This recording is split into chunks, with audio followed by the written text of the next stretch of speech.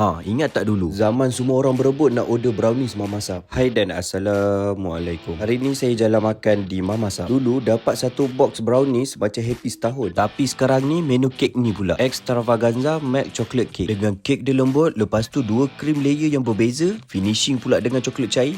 Memang happy 2 tahun. Harga dia baru RM56. Tengok tu, founder pun turun buat kek. Patutlah sedap. Yang kedua ini dia, kek carrot. Kek ni dia ajaib sikit. Sebab apa dia ajaib? Orang yang tak makan carrot pun boleh habis makan kek ni. Ni harga dia RM54.90. Yang ketiga, siapa kata Mama Sap buat kek petak je? Kek bulat pun ada tau. Yang ni pun antara kek yang paling power, Victoria Sandwich. Yang atas tu bukan Ferrero Rocher, dia handmade daripada Mama Sap. Yang ni harga dia 9 inci RM129 je. Bagi pendapat saya, semua jenis kek Mama Sap semua power-power. Pening saya nak pilih. Selain daripada kek, Mama Sap juga ada buat bukit dan juga cookies. Yang saya pergi ni HQ Mama Sap dekat Petaling Jaya. Dia bukan kilang je tau, ada bakery juga. Jadi jangan takut nak masuk. Walaupun pun enjoy.